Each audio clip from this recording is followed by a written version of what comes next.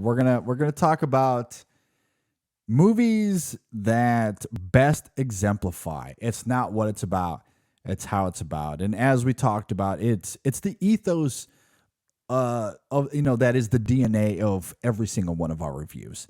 Yeah. And I think it is one of the most important things when it comes to film criticism, because calling out a film for being what it's about, like if the conversation starts there, you've already lost me. Like I Mm-hmm. can't Mm-hmm.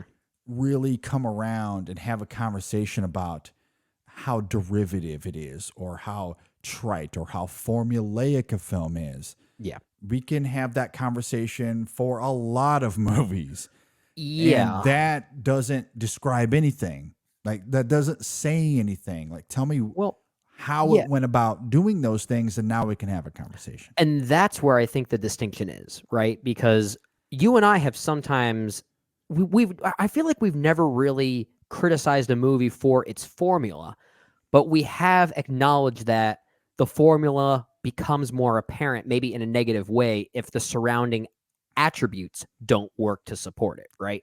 But Yes. that gets more into the how, right? That gets more into the storytelling tropes, whatever that filmmaker or whatever that movie is doing in utilizing those familiar Yeah. tropes that it Yes. fails. And there Exactly. will be some examples that I at least talk about that were sort of that we've acknowledged before, certain formulas from certain types of movies. But sometimes we've acknowledged that we recognize the formula, and sometimes we can see the formula. Yeah. But that means maybe those surrounding hows are not quite successful then. Yeah, absolutely. And because if you go back and listen to the archive, Mm-hmm. you've absolutely heard me criticize movies for being derivative or for being trite. But in every one of those instances, it was always about its execution, its narrative construction, its use of those tropes, its lack of character or emotion, its pacing and rhythm, how its Mm-hmm. ideas are deployed. It all came down to not what it's about, but how the film is using those things. Yeah. And in execution, if it becomes trite, then that's how I will talk about it. Right. And if I called the film that, that's what I'm talking about. I'm not Yeah. talking about its formula or again what it's trying to do. Mm-hmm. I want to talk about its execution. Yeah. And so with Yeah. that said, let's talk about some specific examples. Okay. I was recently on my sister's podcast. I don't know Yep. when it's coming out, but she has a podcast called Healing in the Waves. And it's this podcast that, as you may guess, it's all about healing and coping with trauma in our lives. Mm-hmm. And I was on to talk about movies about healing. One of those movies that I talked about, I think, is a great example of this. That is 2011's Warrior. Talk Yeah. about a Yeah. movie Yeah. that on paper, it follows a very familiar formula as it relates to sports movies or boxing movies, fighting movies. There's nothing new about that film from a writing perspective, at least from a plotting perspective, that makes you go, you know what? This film might win an Oscar for writing. This was very inventive. Yeah. Like, no, that's not what makes that film so engrossing. It's how Gavin O'Connor and those actors, and you talk about extremely affecting performances, and a movie that could have easily have been something that today would be thrown on Netflix or Hulu, and who gives a crap about this movie? It Yeah. could have been just a paid gig. You get in, you get out, and that's it. And you talk about bad marketing. That's exactly what the marketing seemed to Yeah. suggest. Yeah, for sure. Because the, For sure. the trailers were not very good. There was nothing about the marketing that was appealing.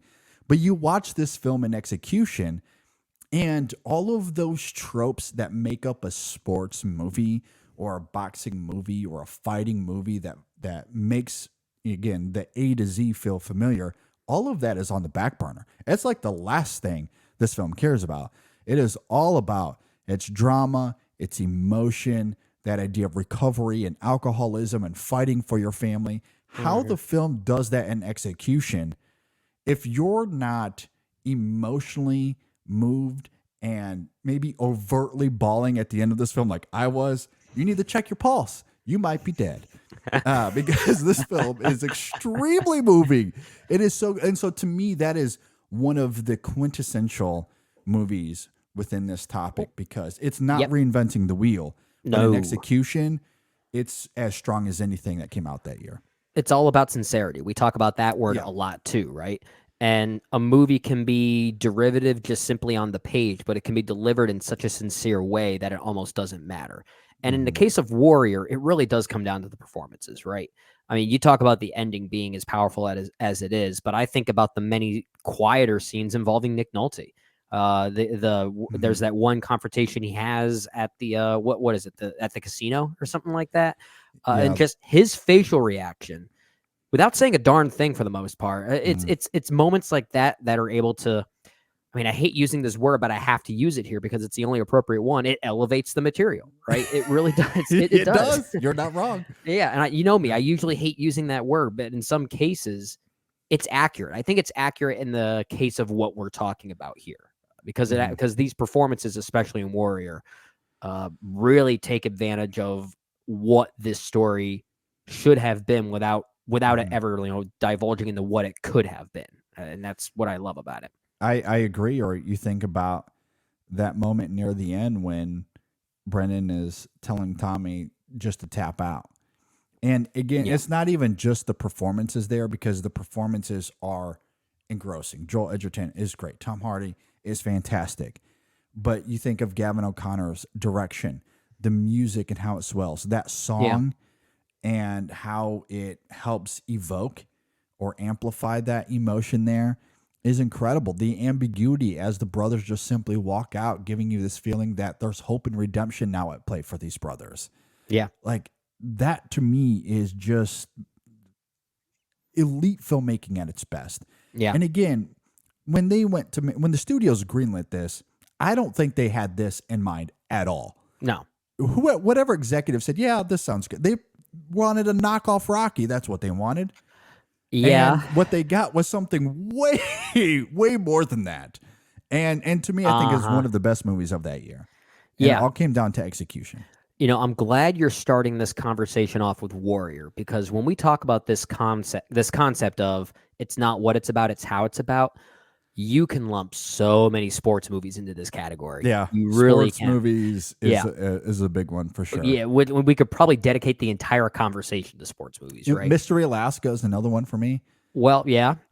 Like I really like that movie a lot, and in some ways it bucks the trend a little bit, especially of the time, because in the 90s it was more of the Remember the Titans thing or the Mighty Ducks, and you know this was a little bit like it ends in a way that is more Rocky-ish than it is sports movies of the 90s. Yeah. But on the whole, it does follow a familiar sports beat for sure. Well, and I'm glad you bring up Warrior specifically, because sometimes I feel like we recognize this formula even more clearly in movies about fighting, especially boxing. Yeah. Right? Which is why one of the films I wanted to talk about here is, you mentioned Rocky, right? Because Rocky in some ways it almost like created the formula in some ways, at least in that sports world. Which is why I think have Rocky. Yeah, for sure. A bunch to Rocky. Yeah, they owe a lot to it. But I think one of the movies that did the best job wearing the Rocky formula on its sleeve and really doing something great with it was Creed. It was Ryan Coogler's Creed. And you know, we don't have to spend too much time on it because it works for a lot of the same reasons you already talked about with Warrior, right? But that's a movie that is literally the Rocky formula, but it uses it as a thematic idea of overarching legacy and what it means to either embrace it or overcome it into your own idea. So the film kind of takes that formula and actually utilizes it in a very interesting way. Even Creed 2, arguably a very formulaic, it might even be the most quote unquote formulaic of the three, if you think about it, of the three Creed films specifically. and sometimes I think it's the best one.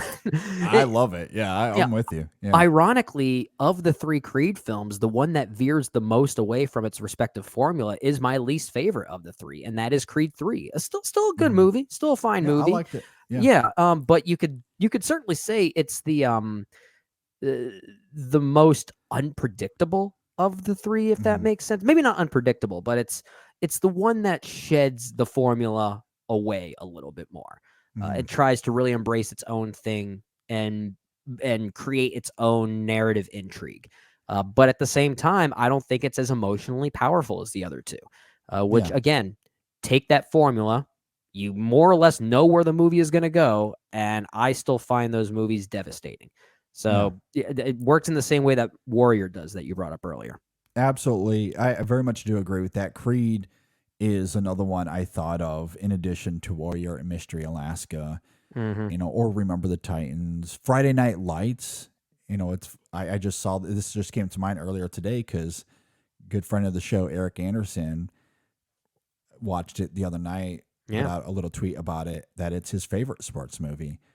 And I was like, yeah, that's a good one for this list. Like, I really it like that. is. Now, Yeah, again, similarly to Mystery Alaska, it somewhat bucks the trend at the end, yeah, but you look at its sports tropes throughout a lot of that movie, and it does adhere to the formula in a lot of ways. But in execution, I love its gritty emotion that you see throughout a lot of that film, and it is raw. It's a raw well, movie emotionally. there's something very visceral and domestic about that movie, Yes. where it almost seems like the sports angle is kind of secondary Yeah. to Much like Warrior. Yeah. just this very rural Texas life, right? Yes. Yeah. Like that, and that's an example of a movie elevating the formula that's on the page.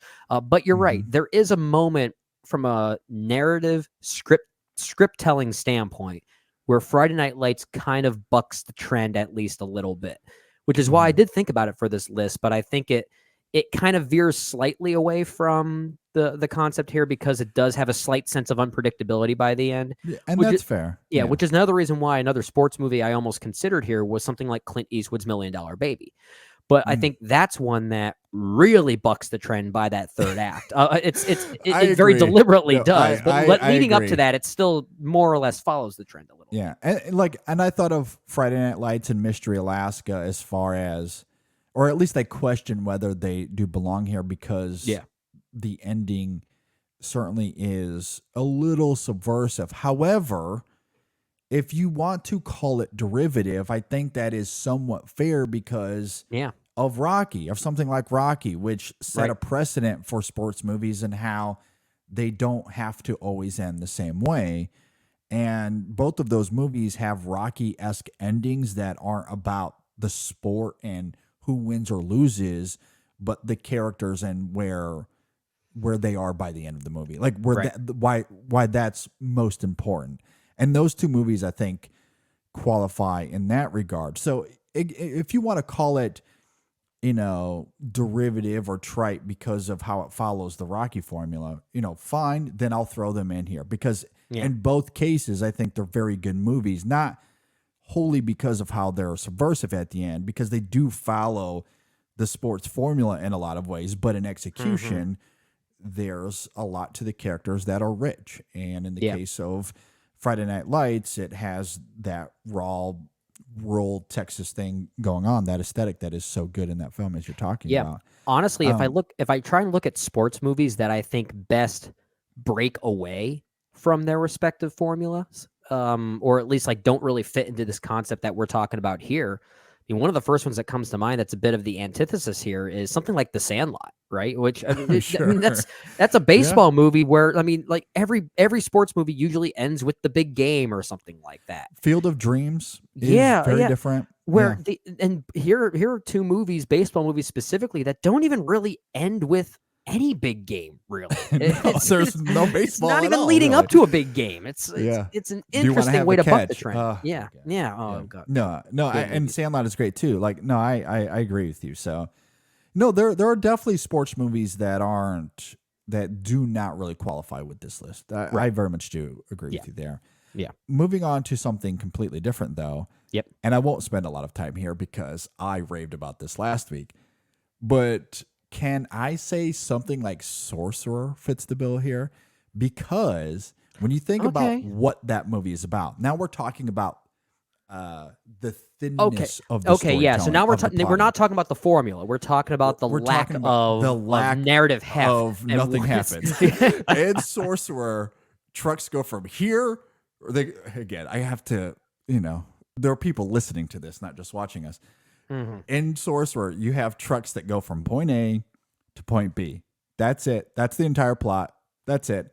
But Yeah. in execution, man, that film was way more than that. It is so good. So, like, again, That's a great when point. talking about this film from a different angle, I was like, I think Sorcerer is one of those how it's about movies, because if you were to simply describe that movie on paper, what are you talking about? Like, doesn't sound appealing. If I went out on the streets and talked to people that knew nothing about this movie, and I said, you got to watch this movie. What's it about? They drive trucks. What? Yeah, they just go from here to there, and they have to go around this turn, and it's Yeah. kind of harrowing. They go across a bridge at one point, but it is storming. It's a rain. Yeah. Like, what are you talking about? No, I'm not watching that movie. There's nothing about it appealing on paper. Yeah. But then in order to describe why you have to watch it, all of a sudden now you're getting into the how, right? Yes, you're getting into the how. Yeah. So I think it's a perfect movie that fits the bill here. You bring up a really great point, because when I'm looking at my list right now, I spent most of my time thinking of movies that sat within a particular formula, because that was more about, with Blue Beetle, for instance, that is a superhero formula through and through, as we're talking about, and that's how it inspired this list. So I was using formulas as my main criteria. Which is fair. Here. That's how we probably think about it most of the time. But you make a great point that this concept can exist within stories that have very little happening. So thinking of this off the cuff, one of my favorite subgenres of any movie is what I call the quote unquote brief encounter movie. Not just something like Brief Encounter, David Lean's Brief film, Encounter, the literal movie, the literal Brief Encounter, but even something like I guess most specifically something like Before Sunrise. I can't really say the whole trilogy because the what becomes more interesting with the sequels, knowing what preceded it. But if you just try and describe Before Sunrise specifically, it's thin. It's two characters meet in Vienna and hang out. They talk in a cafe. Yeah, or like My Dinner with Andre. These movies that are just about two people having a conversation.